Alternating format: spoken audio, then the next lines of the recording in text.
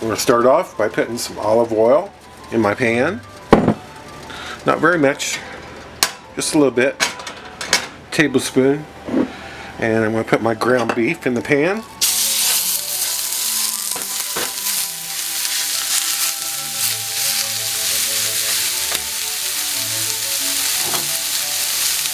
Add a little bit of salt.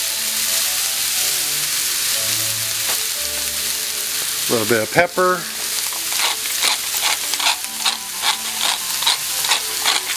And we're going to cook this up. Well, my ground beef is cooked. I apologize, I thought I had the camera on. My ground beef is cooked, 1.5 pounds. And it cooled the pan down. I turned the pan down to medium. I added 1 large onion. I added a celery that I chopped up and carrot that I chopped up. All the amounts will be in the description under the video. I'm adding a bay leaf. I added 1 clove or 2 cloves of garlic that you can't see, and I added a half a teaspoon of thyme in there as well. And we're going to cook this gently until the vegetables get soft. So this has been cooking about 10 minutes and the onions are going translucent. I'm going to add in tomato paste. 2 tablespoons of tomato paste. It's frozen. I freeze it when I open the cans. That way I have some without opening in another can. I'm going to add 2 tablespoons of all-purpose flour. I'm going to stir all this in.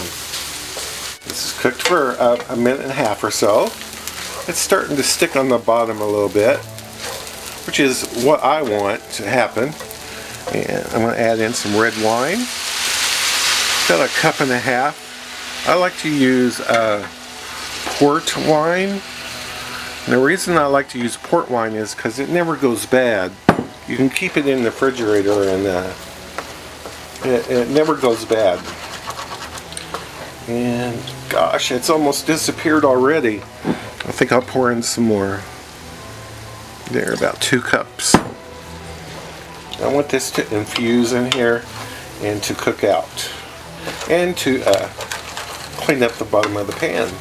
Well, this is cooked another 10 minutes with that wine in there. Now, if you do not want to use the wine, but I recommend that you do, but if you do not want to, just skip this step and then go to this one, where you pour 2 cups of beef broth in here. And we're going to let this gently bubble. And that way we'll make sure that our carrots are cooked and our celery is cooked. And it will bring it all together. We're actually kind of making sort of a gravy. Not really, but in a way. So, and I have this on medium heat. I'm going to turn it down just a notch to sort of medium low. And here, as you see, I have potatoes. 2 pounds of russet potatoes I have cut up, and I'll start these going. I'll heat these up and cook those. And before we leave, I'm going to add 2 tablespoons of Worcestershire sauce. This is bubbled away for another 15 minutes, and I've been watching this bay leaf. I'm going to take it out, and I'm going to take and put the filling in my baking dish. An 8x8 baking dish would be perfect. I'm using an 11x7 baking dish. And we'll put the meat filling in there.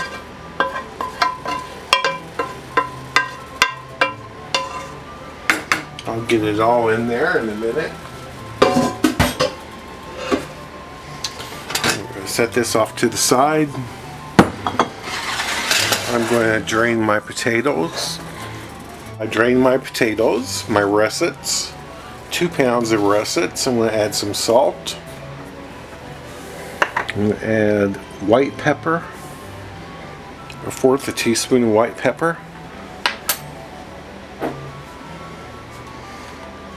1/8 teaspoon of nutmeg, 2 tablespoons of butter, 1/2 cup of milk,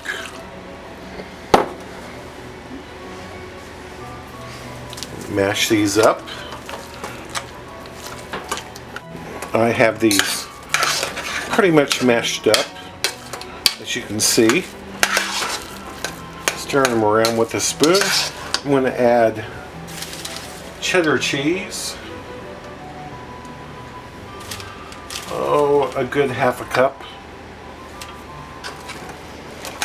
And stir this in. And spread your mashed potatoes on top the best that you can. Add some of the leftover cheddar cheese on top.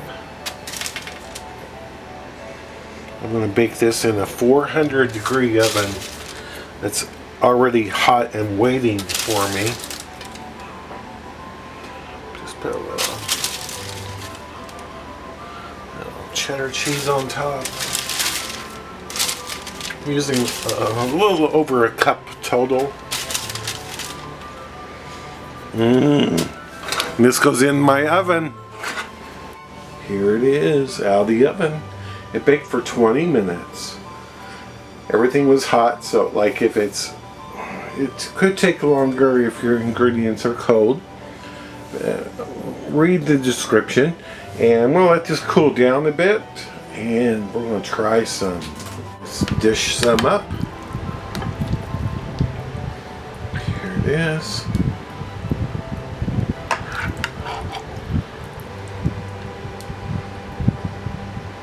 It looks so wonderful to me. It's cooled off for about 15 minutes.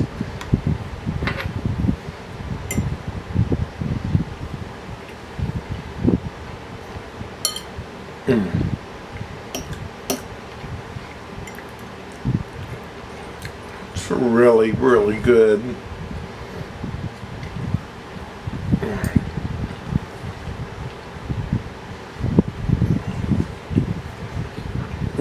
You have to try this. So good.